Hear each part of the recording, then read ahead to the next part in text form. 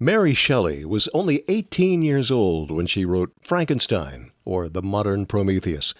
While she wrote an impressive number of later works, including poetry, travelogues, biographies, and children's stories, nothing solidified her stance in literature like the story of a boy and his monster. If you've ever poured your heart and soul into a writing project, you know it can feel like a matter of life and death to make the right words come alive. With thanks to Mary Shelley, here are tips from the crypt to give your creation life.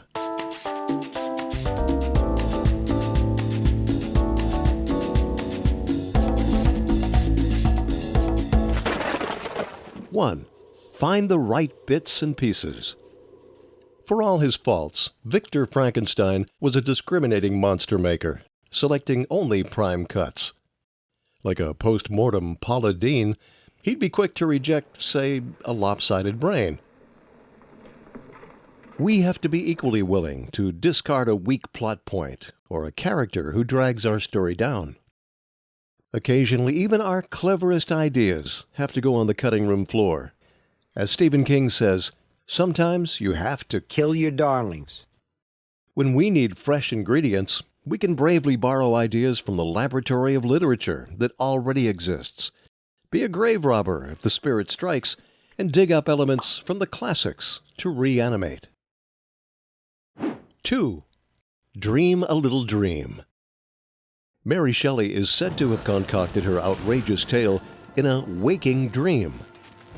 Whether she was referring to a lucid dream or a daydream, some authors do their best work when they take a break from the keyboard.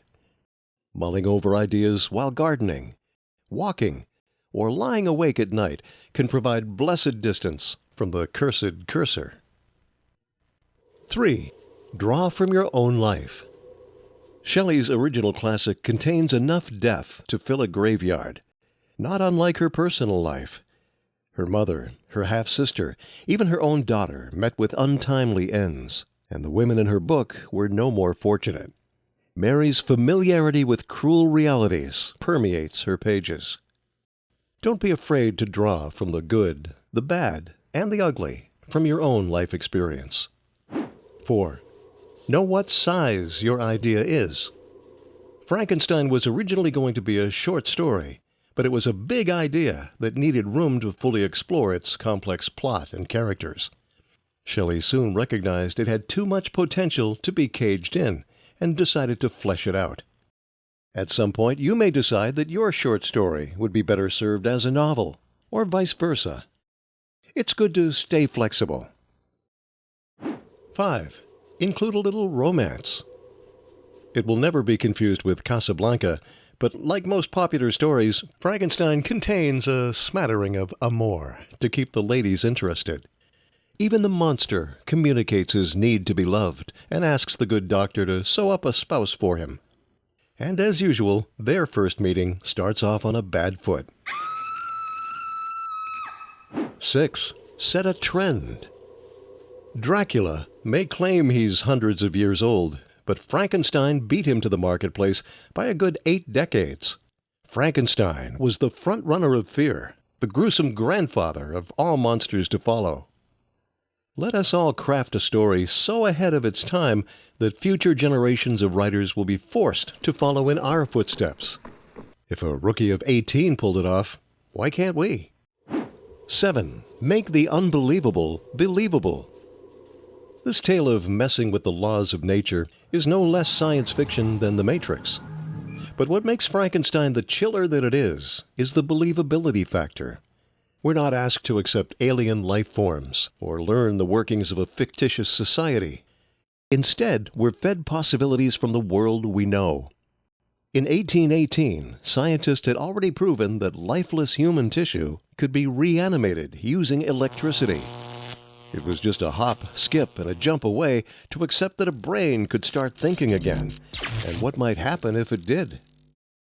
If we're going to take readers on a fantastic journey, it helps to make sure it's not so far out that they can no longer relate to it.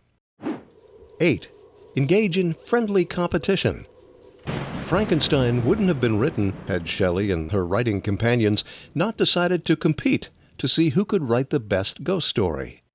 A little motivation, obviously, can create a monster.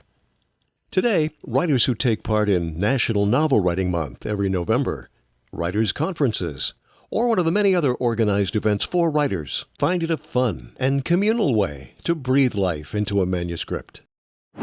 9. Don't listen to critics. Mary Shelley's tale of terror was soundly rejected by the first publishing company that read it. Even after it was published, critics dismissed it, condemning it just as much for the fact that it was written by a young woman as for its horrific subject matter. You'll do yourself a favor if you accept up front that your creation will be hideous to certain hapless townsfolk who may seek to torch it. But in a reasonably short time, Frankenstein found its audience, and so will you. 10. Think sequel. A subplot in Frankenstein gave Universal Pictures enough material to conjure up the Bride of Frankenstein. And that was only the beginning. Soon to follow were Son of Frankenstein, The Ghost of Frankenstein, Curse of Frankenstein, and House of Frankenstein. It seems they only stopped short of International House of Frankenstein.